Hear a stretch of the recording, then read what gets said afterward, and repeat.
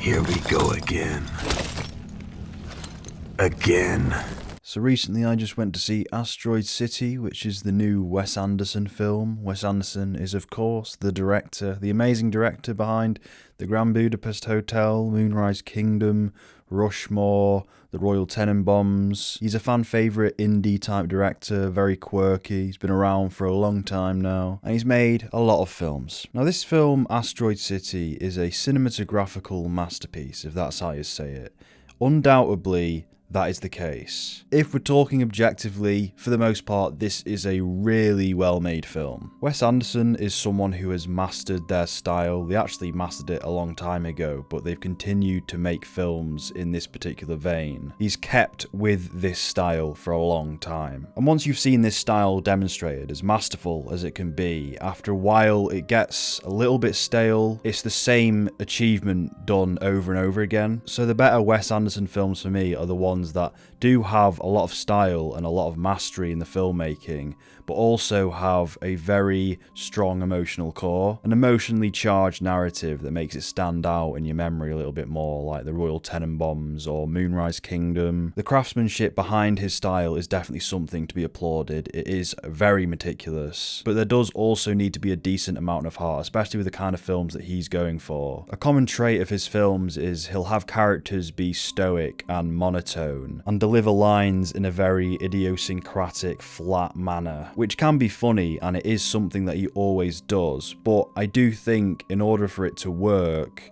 you can have those characters who speak like that, but you also need to have characters that are a little bit more down to earth within the narrative as well. Because when everyone is stoic and monotone, it just sort of makes it kind of soulless, which I don't really think is the aim. There needs to be a few people with more humanity to make the screenplay work, in my opinion. Like, his style is meticulous, but without that heart, it can just come across cold and calculated. So with each of his films, there's this wrestling match between style and heart, and I think the best ones are when they are perfectly integrated. And I know I'm going on about Wes Anderson films in general instead of Asteroid City in particular, but he has made a very samey film with this one, so it kind of makes sense to bring all of his other films up. And the fact that I've seen a lot of his other films kind of feeds into my experience with this new one. I've seen the same technical filmmaking achievements achieved multiple times now, and I'm like, okay, I'm a little over it. Maybe that means I'm spoiled, but it does affect my enjoyment. You're saying her mother died 3 weeks ago?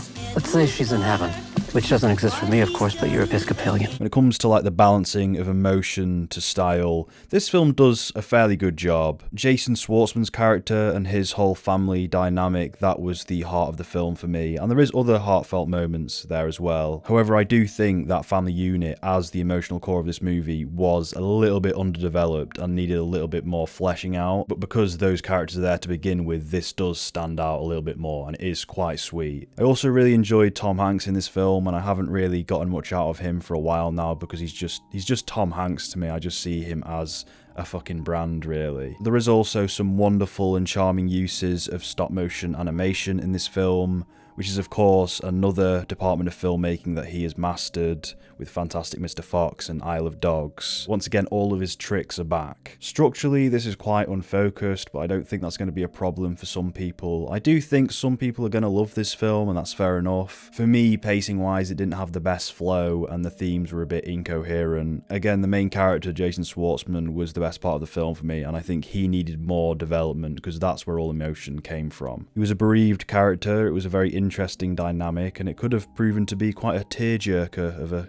character arc, I think. There's also an aspect of it being a play within a play, which I didn't really think was necessary, but Wes Anderson, he just loves that kind of thing within a thing within a thing sort of structure. Maybe there is some thematic significance to that creative choice, but for me, I just thought, why don't you just have the Asteroid City storyline be its own thing, instead of it being like a play within another universe, so to speak. That's the thing you're always going to get with Wes Anderson, consistency, and I mean that both in a good and bad sense. Because people who love Wes Anderson, you're probably going to love this film, but at this point in his career, I'm kind of wanting him to do something a little bit different or master something else, because I feel like I've just watched the same film over and over again. Shukusky, you in there?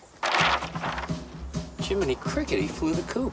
All of the overfamiliar Wes Anderson tropes are back, like the genius children, young love, those themes. Quirky dialogue and symmetrical framing, which is very nice to look at, but it's the same thing done over and over again. I've also noticed that he really likes lists, like he'll have characters deliver some exposition about like a certain place or character. It's like Bobby had a backpack. In this backpack, he had a bottle of water, a half-eaten sandwich, and a copy of Dostoevsky's Dune or some shit. Crisscrossed by shallow tidal creeks.